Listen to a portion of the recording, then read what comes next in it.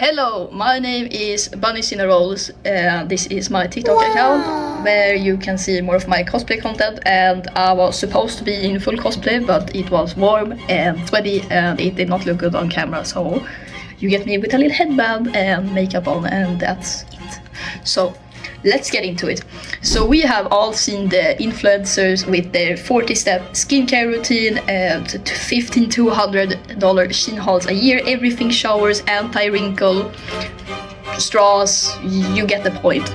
Everyone is trying to sell you something at all times, and more often than not it's related to improve your looks. Get the model girl body, never age, have thick hair, look like me basically. So get that wallet, Auger. I have a theory. Now there are other factors playing into this as well, obviously, but hear me out. So think back to when you were a kid, think back to the cartoons you were watching.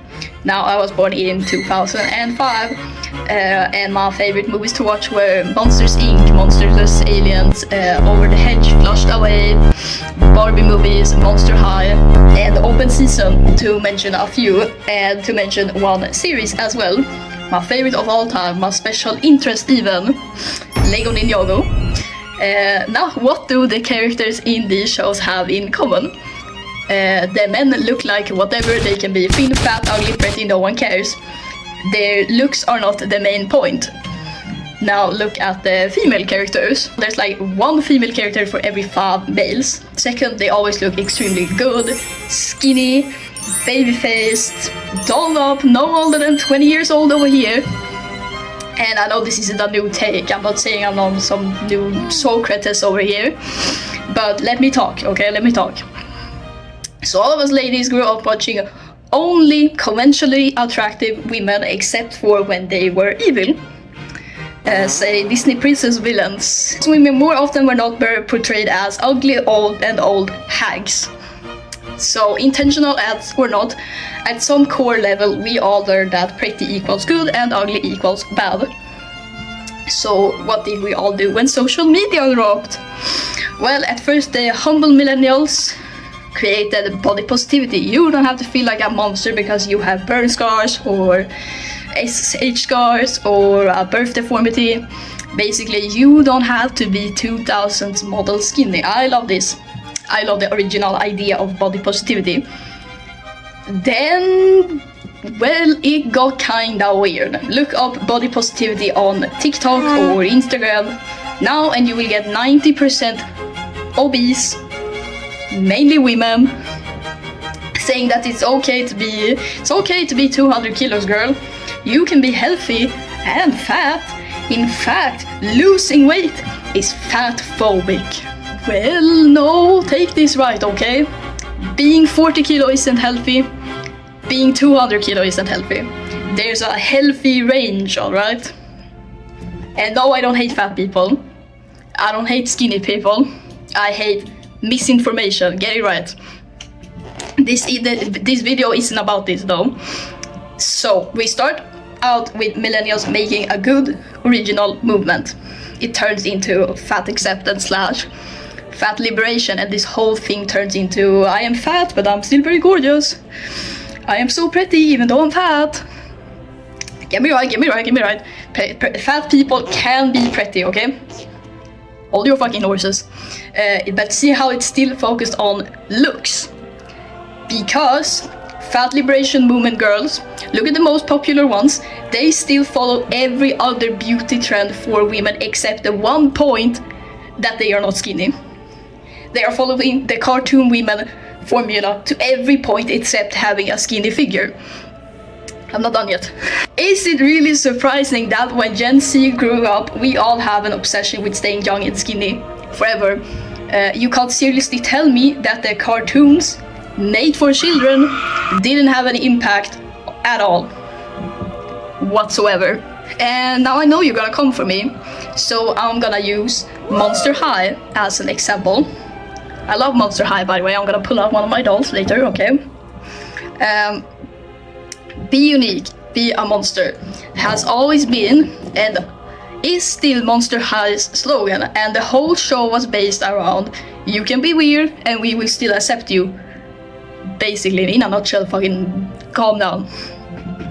But all the girls were stick thin, and they always had awesome fits on and looked awesome and fierce because, of course, Mattel wants to sell you dolls.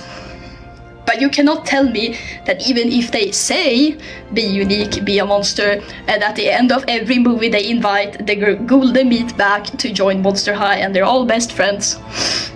Like, I'm sure Mattel didn't mean to say that girls that don't look like the Monster High girls are horrendous creatures that will never be popular in their teen years. But when all the girls have the same body type and are all hyper focused on being pretty all the time, you can't tell me that you don't take that in as a little girl. Which is actually why I really love G3 Monster High. We don't talk about G2. Don't mention that. I hate the new animation or art style. I can't even lie, I think that's ugly as hell. So I haven't watched the G3 show. And the live action movie, I did watch that, but it was really bad. But hear me out. The dolls are better. I'm sorry, they are. Not only is the quality better, thank God, because like it is 15 years later after all, but the different body types, the focus on that they aren't only pretty girls doing pretty things, they are girls with personalities. We love that. And yes, shut up, G1 had personalities too, but be for real, they were very into getting that perfect fit in G1, don't lie to me. They could choose better clothing options sometimes though, if we're gonna be nitpicky. Now then we have the Glazers saying, bring back old Monster High, they don't make cartoon women like this anymore. That's good. Okay, that's good. Gen Alpha are already so fucking cooked, with all the parents putting them in front of a phone and letting it raise them. We are all always complaining about Sephora kids and 8-year-old influencers, but we should bring back the women with 3-inch waists. It's kids shows, people. They already have it bad enough. Let them watch their woke shows. Maybe it instills something good in them. We also have the people complaining about, oh my god, all female leads are just evil girl bosses now. It's so boring. Okay, I can agree. It is an overplayed character. But to use examples of the best show ever, Ninjago. Pixel is introduced in season 3 and all she fucking does is like nothing. She's in love with Sane, that's it.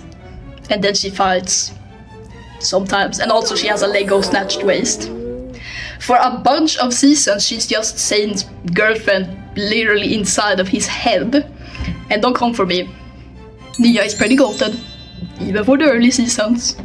She still hella nerfed early seasons too. But my point is, think about it. Most female characters back in the day in shows, Jesus. Most female characters in shows back in the day were love interest or severely underdeveloped or both.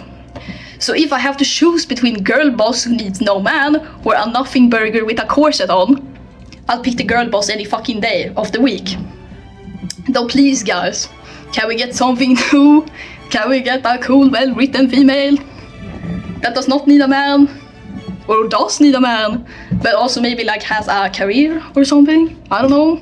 So basically all I wanted to say with this video is cartoons back in the day had crazy hot women. We all love them.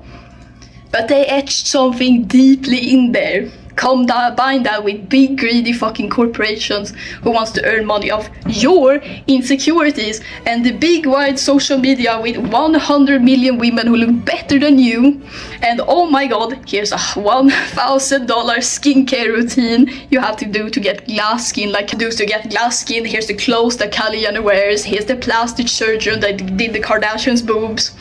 Spend your money, buy your confidence. Literally, you can always be thinner, look better. Except this cycle will never get you fucking happy.